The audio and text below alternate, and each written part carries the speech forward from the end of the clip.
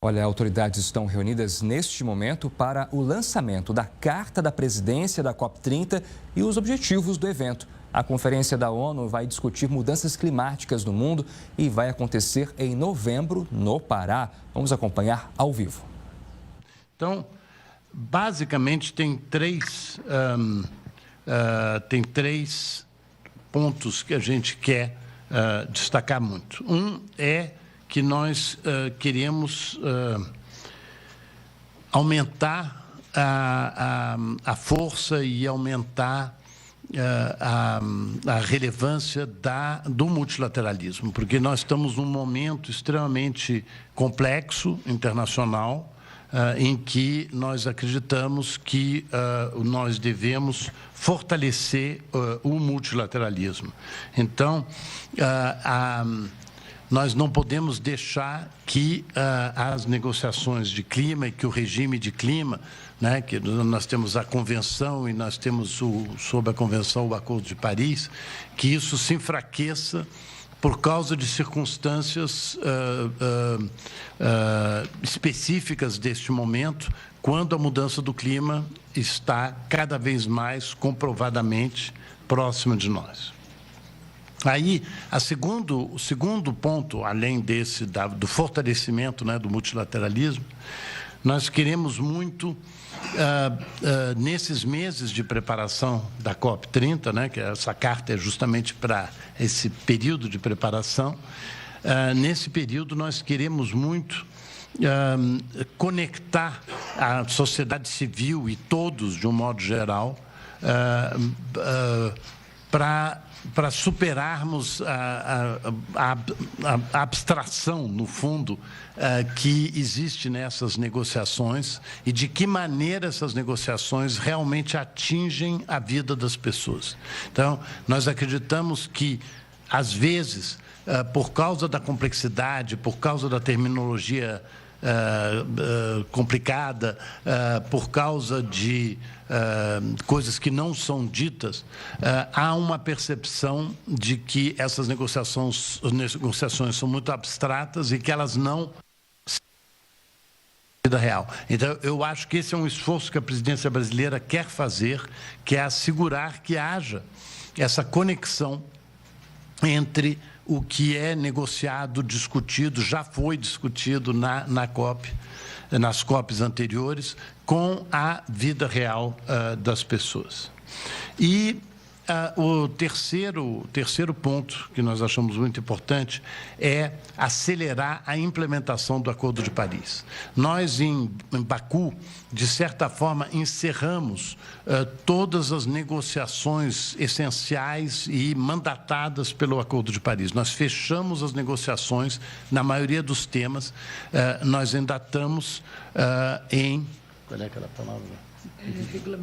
Nós estamos ainda em regulamentação de vários dos temas que já foram negociados, mas as negociações principais já foram feitas, as que foram mandatadas por Paris. Então, nós temos que passar para a ação, a implementação.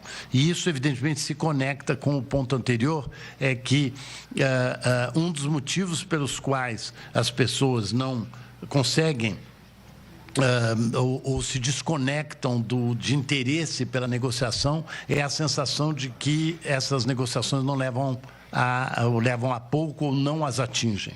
Então, nós precisamos acelerar essa implementação, precisamos acelerar as ações e nós nos damos conta, e inclusive nos damos muito conta também, em parte pelo G20, agora com o BRICS, né, que nós precisamos ir muito além da Convenção do Clima e do Acordo de Paris para essa implementação.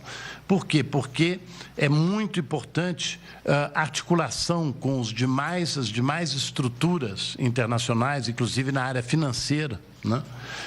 E também os ajustes estruturais que também vêm sendo pedidos pelo Brasil, como aconteceu já no G20. Então, o que nós nos damos conta, a questão do clima e o Acordo de Paris são uma base muito boa, formal de negociação, mas que nós precisamos, para a implementação, muito mais do que o NFCCC e que o Acordo de Paris. Nós precisamos da FMI, do Banco Mundial, nós precisamos de todo um movimento institucional, tendo em vista que a mudança do clima está atingindo a economia e a política de maneira indiscutível, cada vez mais, e, portanto, as soluções têm que vir também dessas outras áreas.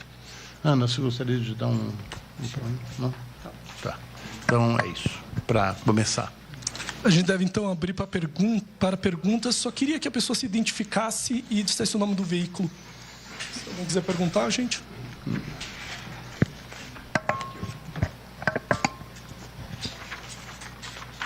Bom dia, secretária. Bom dia, secretário.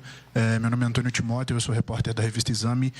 O senhor, quando fala da necessidade de articulação na área financeira e chama o G20, o Banco Mundial e o FMI para as negociações, significa dizer que a quantidade de recursos que estão sendo mobilizadas para a transição climática, para as mudanças climáticas, tem sido insuficientes? Qual é a necessidade de irmos além, de trazermos os bancos centrais das maiores economias do mundo, ou mesmo outros órgãos multilaterais, mesmo as instituições financeiras e eventualmente as big techs, que também mobilizam muitos recursos para essas negociações? Obrigado.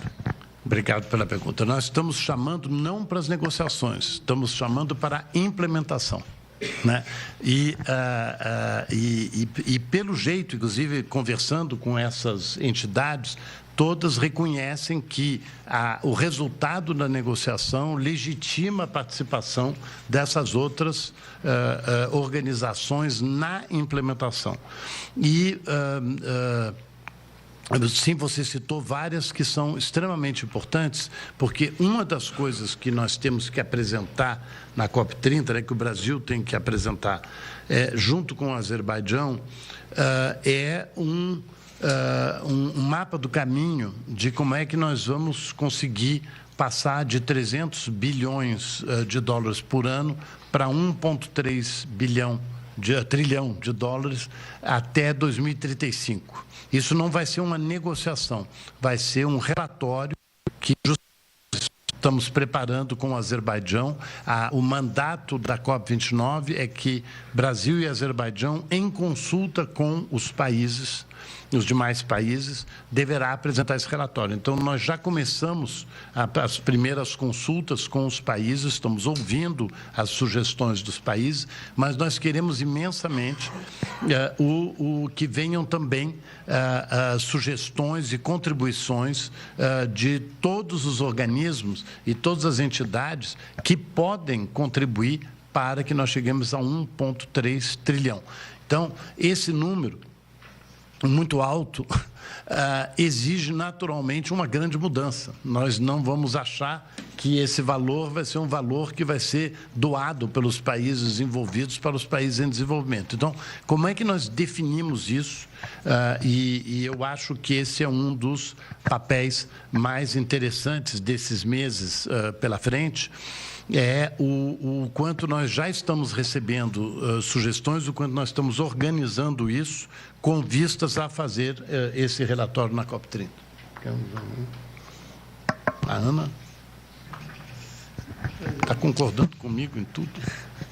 Bom dia, embaixador. Aqui atrás. Oi. Lisandra Paraguaçu, da agência Reuters. O senhor fala na carta, e falou um pouco na apresentação, das limitações do acordo quadro e do acordo de Paris. Né? Eu queria que o senhor elaborasse um pouquinho o que mais... É difícil você ver uma diminuição dessa. Diz, olha, a gente chegou aqui nesses instrumentos que nós temos, a gente chegou... Estamos chegando num limite. O que mais a gente faz? Porque normalmente se trata assim, não, é isso aqui e temos que trabalhar em cima daquilo ali, porque não tem como abrir uma negociação. Quais são esses limites e o que o senhor está vendo daqui para frente?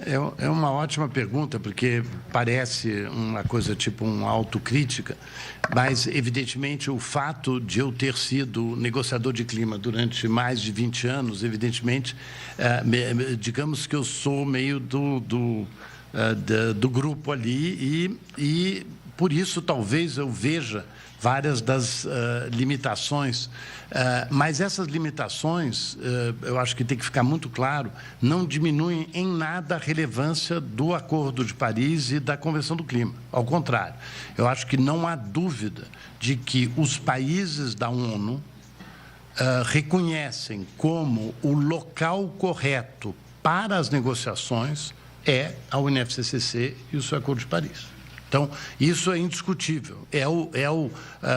Tanto que vocês lembram que no G20, alguns países queriam falar da COP30, queriam falar da COP29 ainda, quando a gente estava discutindo o G20, e a gente sempre insistiu, não. A gente pode falar de tudo que já foi decidido pelas COPs anteriores, mas a COP29, quem vai tomar a decisão são 196 países. A gente não pode achar que os 20 mais ricos podem se adiantar e pretender que podem resolver quando o local legítimo de negociação é o Acordo de Paris e a Convenção do Clima. Então, do ponto de vista de negociação. E é por isso que eu acho que, eu espero que esteja claro, né, porque a carta é meio longa, eu espero que tenha ficado claro, que há essa grande separação entre o que é para ser negociado, que é dentro da Convenção e do Acordo de Paris, e a implementação, que essa sim depende de outros organismos, uma vez que a UNFCCC e o Acordo de Paris podem fazer uma recomendação, né, para que outras façam, mas ela não tem autoridade sobre as outras entidades, nem as próprias das Nações Unidas, né? Então, é um pouco essa distinção que a gente quer acentuar muito, e inclusive tem um momento que eu digo que talvez a fase de negociação já esteja ultrapassada e que nós temos que entrar numa fase em que o mundo veja realmente os resultados dessas negociações. Queria só para complementar aqui o André, primeiro bom dia aí a todas e todos. Eu acho que, de repente, é ao contrário, assim, o sucesso dessa negociação extrapolou os muros da convenção. A gente vê que as COPs se tornaram o maior evento das Nações Unidas, o tema climático é um tema absolutamente transversal, que hoje em dia estão em todos os outros ministérios, em todas as outras fóruns. Esse não debate clima só no Acordo de Paris, você debate clima na reunião do AMF, Banco Mundial, você debate clima na área de transporte. Então, o tema clima, ele extrapolou, ele foi para além dos muros da UNFCCC, e eu acho que o que a gente tenta comunicar na carta é que é importante esse reconhecimento que o tema de clima foi para além, e a gente agora tem que mobilizar de uma maneira coordenada esses outros atores para atingir a mobilização necessária. Inclusive, na carta, a gente diz que foi graças a essa negociação que o tema atingiu essa relevância. Perguntas do lado de cá? Ok. Olá, secretários, bom dia a todos os colegas. A minha pergunta vai ser um pouquinho mais específica, imagino um pouquinho da resposta também.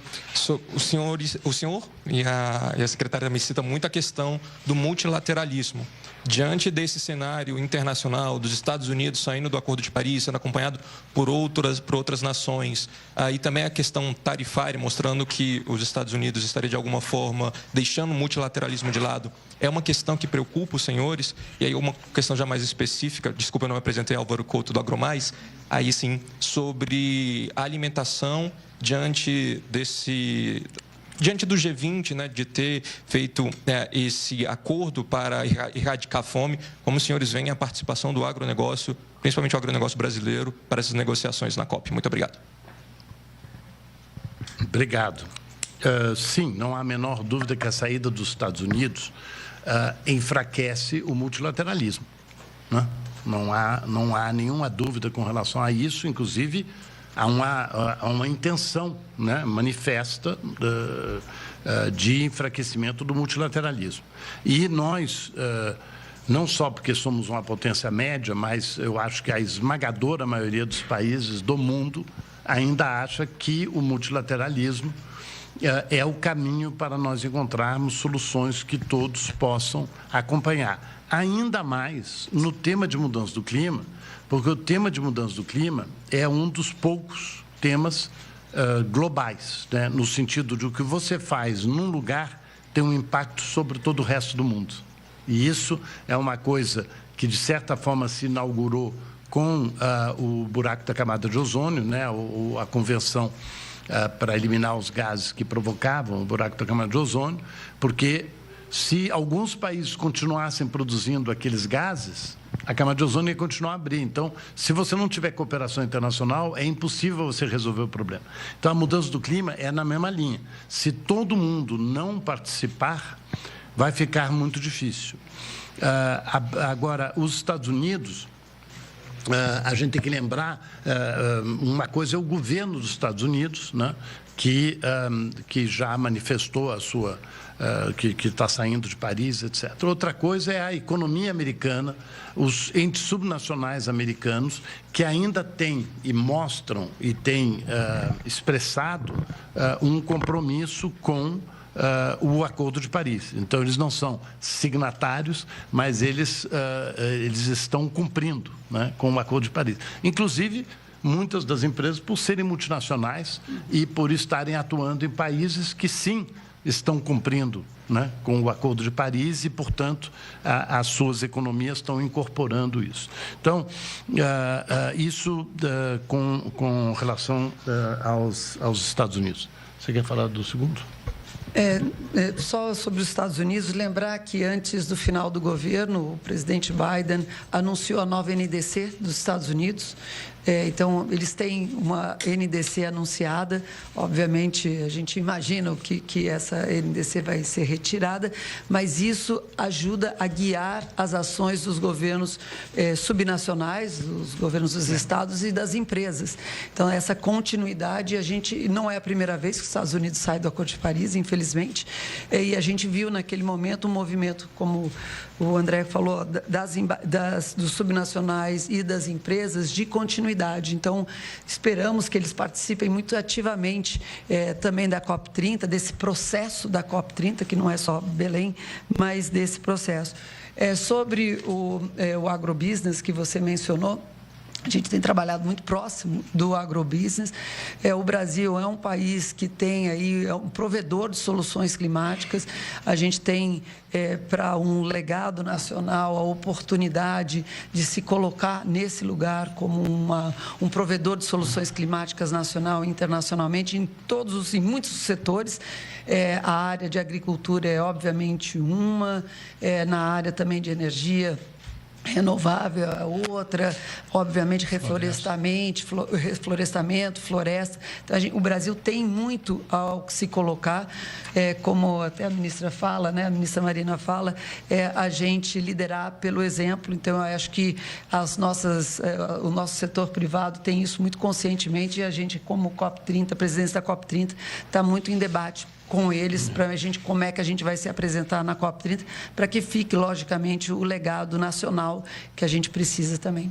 E também essa questão do combate à fome do G20 é totalmente coerente com a discussão da COP30, porque, como o presidente Lula já tem manifestado, a questão da mudança do clima pode estar, em alguns lugares, já está desmontando, né, estruturas de combate à pobreza que foram montados em vários países, ou seja, a mudança do clima está exacerbando a pobreza, está aumentando a pobreza e está sendo uma grande ameaça a certas atividades econômicas e de certas comunidades.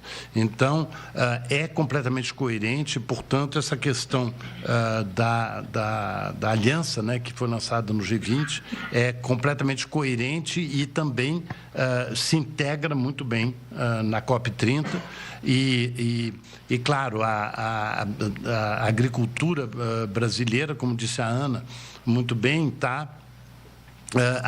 é um tema absolutamente central, vai ser um tema central da nossa agenda de ação, né? Não há negociação entre os textos que estão sendo negociados, não há questões específicas com relação à agricultura que possam trazer algum tipo de evolução significativa. No entanto, na agenda de ação, nós estamos colocando agricultura, nós estamos colocando energia, estamos colocando florestas como temas absolutamente centrais para nós discutirmos com todos os atores, porque, como eu disse, a agenda de ação é a agenda na qual todos os atores podem atuar juntos, né? A diferença com a negociação em si, que só os países negociam e cuja agenda é decidida também por consenso, né? Então, a agenda da negociação já tem vários mandatos, né? Tem mais de 18 questões bastante importantes, mas a agenda da COP30 não tem, como teve em Dubai, por exemplo, uma questão, digamos, que se destaca com relação ao outro. Em Dubai era a questão do balanço geral, né, o tal do GST. E em Baku era a questão do financiamento, né, que teve que negociar algo, né, e foi aprovado. Só que, ao ser aprovado isso, diante de uma grande frustração pelos 300 bi, foi também pedido e aprovado que o Brasil e o Azerbaijão façam um relatório, mas não é uma negociação.